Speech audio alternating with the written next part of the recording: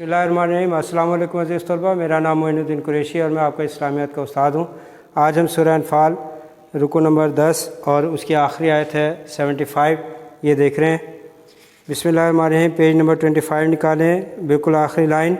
वल्लज़ीना आमनू मिन बादु व हाजरू व जहादू मआकुम फ़उलाइका मिनकुम व उलुल अरहाम बाज़ुम औला बिबाज़िन फ़ी किताबिल्लाहि इन्नल्लाहा बिकुल्लि शैइन अलीम। हाँ जी, इस आयत में बेटा ये कहा जा रहा है कि वो लोग जो ईमान लाए और बाद में उन्होंने हिजरत की है, बाद में उन्होंने जिहाद किया है, तो उनके बारे में यहाँ कहा जा रहा है कि ये लोग भी तुम जैसे ही हैं, यानी इनमें कोई फ़र्क नहीं है, इनमें फ़र्क नहीं है। ईमान बाद में लाए हैं, हिजरत बाद में की है या जिहाद बाद में किया है, तो इनका दर्जा जो है वो तुम्हारे जैसे ही है, यानी तुमसे अलग नहीं है। आयत देखें कि वल्लसीना, और वो लोग आमनू जो ईमान लाए मिन बादु बाद में, यानी जो लोग बाद में ईमान लाए, व हाजरू और वतन से हिजरत कर गए, व जहादू और जिन्होंने जिहाद किया माकुम तुम्हारे साथ, फ़उलाइका बस यही लोग मिनकुम तुम जैसे हैं, यानी तुम्हारे जैसे ही हैं, ये लोग भी तुम में से ही हैं। बादु बाद में, माकुम तुम्हारे साथ, फ़उलाइका यही लोग मिनकुम तुम जैसे ही हैं, यानी इनका दर्जा जो है वो तुमसे अलग नहीं है, बल्कि ईमान बाद में लाने की वजह से इनका दर्जा कम नहीं हो गया, बल्कि ये तुम जैसे ही हैं। यानी चाहे ये ईमान बाद में लाए, जैसे हम मुसलमान हैं, हम बाद में ईमान लाए हैं, या हमारे बाद आने वाले लोग जो हैं बाद में ईमान लाएंगे, अगर वो अल्लाह के रास्ते में जिहाद करते रहें और हिजरत करते रहें तो इनका दर्जा भी कम नहीं होगा।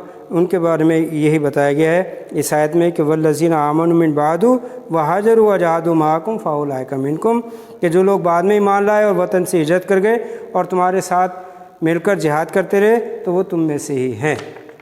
अब अगली आयत का जो अगला हिस्सा है बेटा, ये तरके के बारे में है, विरासत के बारे में है, हेरिटेंस के बारे में है, और इसमें कहा जा रहा है कि जो तरका तकसीम किया जाएगा, अल्लाह ताला ने इसका कुरान मजीद में बाकायदा हिस्से मुकर्रर कर दिए, यानी पूरा उसका निसाब बना दिया है। और यहाँ कहा गया है कि जो करीबी रिश्तेदार हैं वो दूसरे रिश्तेदारों की निस्बत ज़्यादा हकदार हैं।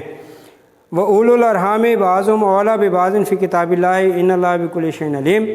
व उलुल अरहाम, और करीबी रिश्तेदार, खून के रिश्तेदार, उलुल अरहाम खून के रिश्तेदार, बाज़ुम उनमें से बाद, औला ज़्यादा हकदार हैं, बिबाज़िन दूसरों के मुकाबले में, फ़ी किताबिल्लाहि अल्लाह की किताब की रूह से, फ़ी किताबिल्लाहि अल्लाह की किताब की रूह से, यानी रिश्तेदार खुदा के हुक्म की रूह से एक दूसरे से ज़्यादा हकदार हैं। जैसे आप मैथमेटिक्स में बेटा पढ़ते हो कि जब हम विरासत को तकसीम करते हैं तो सबसे पहले हम बेवा का हिस्सा निकालते हैं जो कि 1/8 होता है, उसके बाद लड़कों का हिस्सा दुगना, लड़की का हिस्सा 1, और फिर वालिदैन का 1/6, इस तरीके से। अब पहले बीवी, फिर बच्चे, फिर वालिदैन, फिर बहन भाई वगैरह आएंगे, यानी इनमें भी तरजीह बता दी कि पहले किसका हक दिया जाएगा और बाद में किसका हक दिया जाएगा।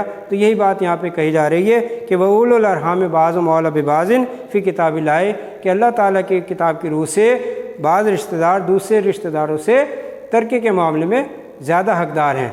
बीवी ज़्यादा हकदार है बच्चों की निस्बत, बच्चे ज़्यादा हकदार हैं वालिदैन की निस्बत, वालिदैन ज़्यादा हकदार हैं बहन भाइयों की निस्बत। इस तरीके से ये सारी विरासत जो है वो तकसीम होगी। इन्नल्लाहा बिकुल्लि शैइन अलीम, इन्नल्लाहा बेशक अल्लाह ताला बिकुल्लि शैइन हर चीज़ से, अलीम वाकिफ़ है या जानता है, अलीम वाकिफ़ है या जानता है। तो ये आखिरी आयत का जो हिस्सा है ये विरासत के लिए है बेटा, मैंने जैसे आपको पहले बताया, इसको ज़हन नशीन रखेंगे। और इस तरीके से ये आयत दोबारा देख रहे हैं कि व उलुल अरहाम बाज़ुम औला बिबाज़िन फ़ी किताबिल्लाहि, के बाद रिश्तेदार दूसरों की निस्बत ज़्यादा हकदार हैं तरके में अल्लाह की किताब की रूह से। इन्नल्लाहा बिकुल्लि शैइन अलीम, बेशक अल्लाह ताला हर चीज़ से वाकिफ़ है। बेटा ये कुछ अल्फाज मायने और इस आयत का तर्जुमा आपने होमवर्क में लिखना है, याद करना है, और होमवर्क हमें ज़रूर सेंड किया करें। और अगर इस आयत में یا اس رکوع میں پورے میں آپ کو کوئی بات نہ سمجھ میں آئی ہو تو آپ مجھ سے واٹس ایپ کے ذریعے، ٹیکسٹ میسیج کے ذریعے یا کال کے ذریعے رابطہ کر سکتے ہیں۔ السلام علیکم ورحمۃ اللہ۔